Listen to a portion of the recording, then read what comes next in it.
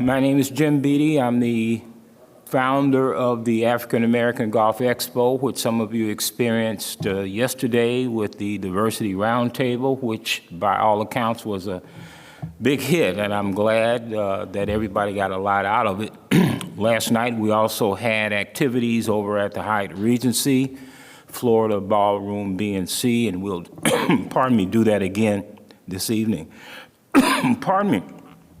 So we're going to commence these activities. People will come in. Obviously, we lost some people. They must have had a good day yesterday. They'll get here when they get here. So a little bit about today's schedule and format. This is being video. I want to say tape, but video is the right word.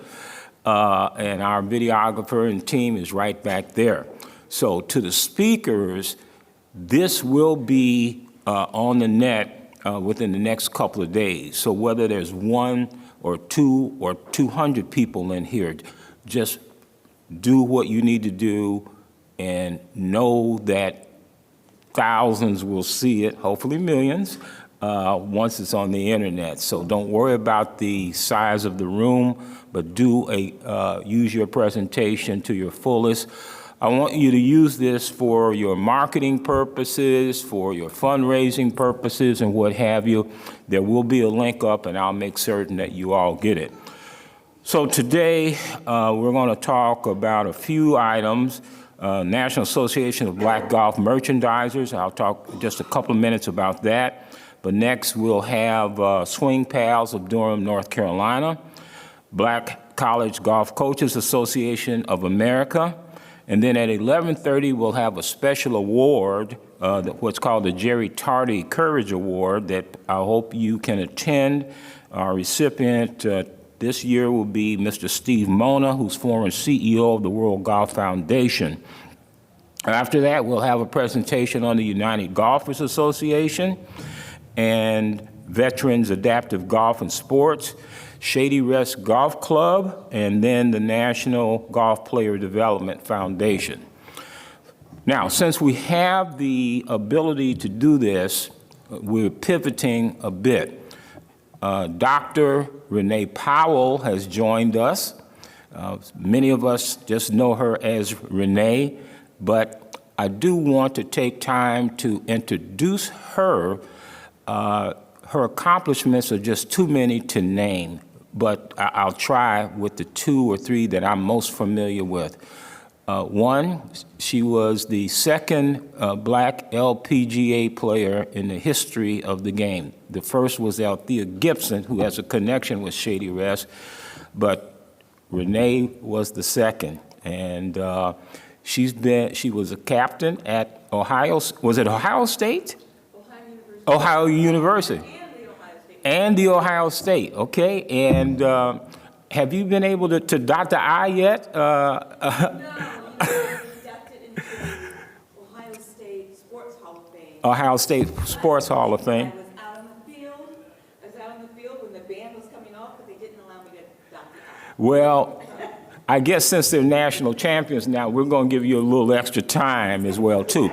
So we'd like to have Dr. Powell come up and talk a bit about Clearview, what she's doing, how we can help her, and how this, her presence here and taking advantage of this video will assist her. We want to support all of the activities to Clearview. So if you'd come on up, Doctor, and talk, you can talk as much as you like, okay? There's steps over there, but if you're young and spry, okay. Well, I'm spry. Okay, all right. Thank you. Thank you very much. Let's see, I can put this down a little bit. Okay, so as Mr. Beatty said, my name is Renee Powell, and I've been into the world of golf since I was 3 years old. And because of that, actually because of my dad, my parents. So my dad was a World War II veteran, and we're from Ohio, Canton, Ohio, East Canton, Ohio. And when he came back, he started playing golf when he was 9 years old. When he came back from World War II, though, he found that he wasn't really welcome at area golf courses. And so his thing was, he was in love with golf. He was served in Scotland and England during the war, and he was able to play golf during days off during the war.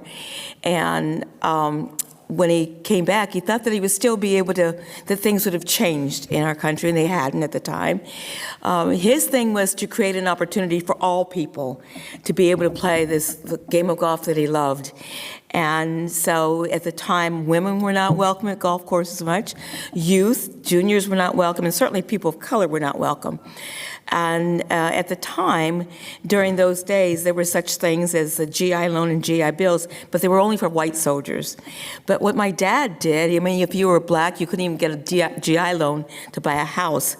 But for some reason and somehow, my dad managed to create enough programs and people that he was able to purchase property and build a golf course. And his thing was to create an opportunity for all people, regardless of your gender, your religion, your nationality. And so thus, in 1946, he began building a golf course, which is still the only golf course in the entire world to be designed, built, and owned and operated by a black man. So there are courses now that various people have bought, but this course was a course that he built by, from the very beginning. So the first 9 holes he actually built by hand. Currently, so when he built it, he didn't have an opportunity to put in an irrigation system, automatic irrigation system. His thing was just to build a golf course so people could play, and irrigation wasn't a big thing then. So when you look at the fact that he began building the golf course nearly 80 years ago, he built the golf course. And currently, it does not have an automatic irrigation system, and so we are in the middle of right now working on that. I wear a lot of different hats, so I wear a hat right now of a fundraising hat to raise funds to put in an automatic irrigation system. So we actually have a gentleman who's come to us who is a top golf course irrigation architect in this country, and he came on board and said, I want to donate all of my services because Clearview is such a significant part of American history. So he is doing that. He's been getting some other things donated, and also has gotten a irrigation installation company, and they will be doing this year, this spring, as soon as the snow melts in Ohio. But that is a $1.5 million ticket. And so right now it's really trying to raise all the funds for that. So whether people are able to donate $5 or $20 or $100 or whatever. It's sort of like when President Obama was running for president, and every single dollar helped. And so that's what we're doing now. And actually, if anybody goes online to our website, which is www.clearviewgolfclub.com. On the front page, you will see right now we've got $700,000 committed. But we still have, so we're almost halfway there. But the gentleman who is doing the irrigations, the architect, he was booked through the spring of 2030. But he said, this is such a special project, I want to do it myself, and I will donate all my services. And he also got the irrigation company, the installation company, which was pretty well booked. And if we didn't do it now, we would not be able to do it before 2027. So I'll tell you a little bit about myself, but really my family is what is more important than I am. Because when as a golf professional, we think about golf professionals as being, the top people, but it's really those people who work the maintenance, work the grounds. And if it weren't for If we didn't have golf courses, you wouldn't find golf professionals, right? My younger brother and I run the golf course. He as a golf course superintendent, myself as the golf professional. So we both sort of follow the line of my dad. I started playing when I was 3, began playing tournaments at the age of 12, and then in 1967, I joined the LPGA Tour, played the LPGA Tour for 13 years. As Mr. Beatty said, the second African-American female to play on the LPGA Tour. This year, we're celebrating 75 years of the Ladies Professional Golf Association. And unfortunately, there have only been 8 black women to ever play on the LPGA Tour. So my journey through golf has been very interesting because of my parents, because of the golf course that my dad built. And I was able, as Mr. Beatty said, I captained the women's golf team at Ohio University, and later when I transferred to the Ohio State University, I captained the women's golf team then. And then on to the LPGA Tour. Golf has been something, it's been my whole life. I've done everything from working on television and doing commentating on ABC and CBS for golf tournaments. I served as the first female head golf professional at a golf club in the United Kingdom, and after I left the tour. In 2008, my dad went with me to Scotland, where I was presented with an honorary doctorate from the University of St. Andrews. The University of St. Andrews is actually the 3rd oldest university in the English-speaking world, behind Cambridge and Oxford. And it was a great thing and a great way of me being able to thank my parents by having my dad go over with me. He was actually 92 at the time, and he hadn't been to Scotland in the 63 years since World War II. So it was very special for me to be able to have him take that trip with me. And then in 2015, when the Royal and Ancient Golf Club decided to allow women to become members, they selected 7 women from around the world to become their first female members.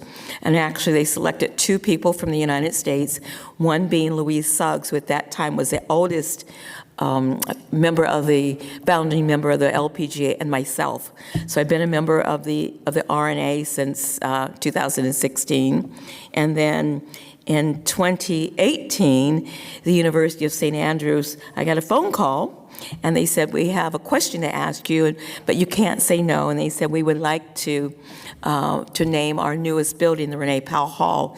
So actually, I have a building at the University of St. Andrews. It's the first time that they've ever named a building after an American in over 600 years.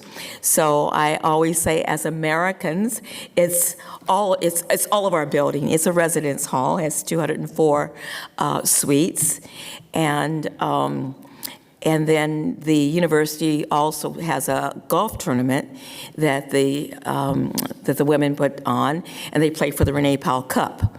So I have, when you think of things, and growing up, I never thought that I would probably leave Ohio, but here I've been fortunate to be honored over at the home of golf, and only because of the fact of what my parents and what my entire family has done, and all the sacrifices that they have made in order to allow me to do what I've been able to do.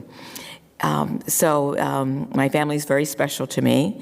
I wish my parents could, and my dad especially, could have gone over with me when they named the building. I went over to dedicate that. And also when I became a member of the RNA, but at least I'm sure that they know what's going on. So golf for me has been, as I say, my entire life. Right now I'm in the middle of writing my autobiography, and also working to find the right people to do a movie on Clearview and what it is all about. It's a very incredibly special place. And I think a lot of people don't know about it. In 2001, Clearview was placed on the National Register of Historic Places, and there's only a handful of golf courses that are on the National Register. And at the same time, we created the Clearview Legacy Foundation for Education, Preservation, and Turfgrass Research, which is a 501c3, a tax-exempt public charitable foundation.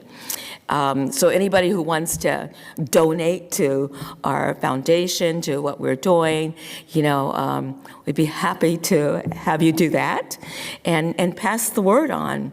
We do a lot of programs at Clearview. We do programs for youth. We do programs for military. We do programs for people that have some disabilities. And so, and then we're also a golf course, and I do a lot of teaching there too. But the one thing I can say about the program that we do for our women, for our military, back in 2011, I started the PGA does a PGA Hope program. So we started a Clearview Hope program for women military veterans, which is currently the only program, golf program of its kind for women veterans in the entire United States, which is year-round and cost-free. So the women pay for absolutely nothing. And so I think we've got about 50-some women on our roster. And they get together. All of them don't just, they get together for camaraderie.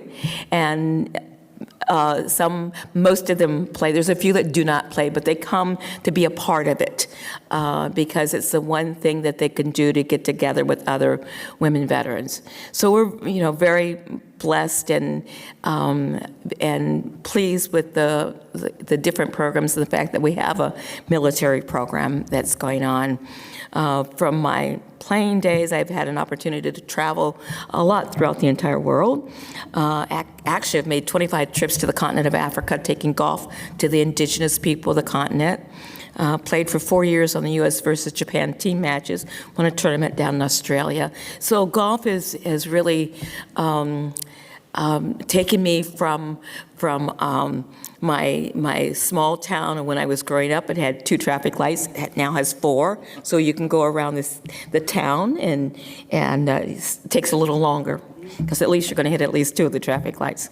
But I always encourage everyone, and especially women, I say, and especially women of color, I say, hey, I don't care whether you like golf or not, it's a sport that you need to play.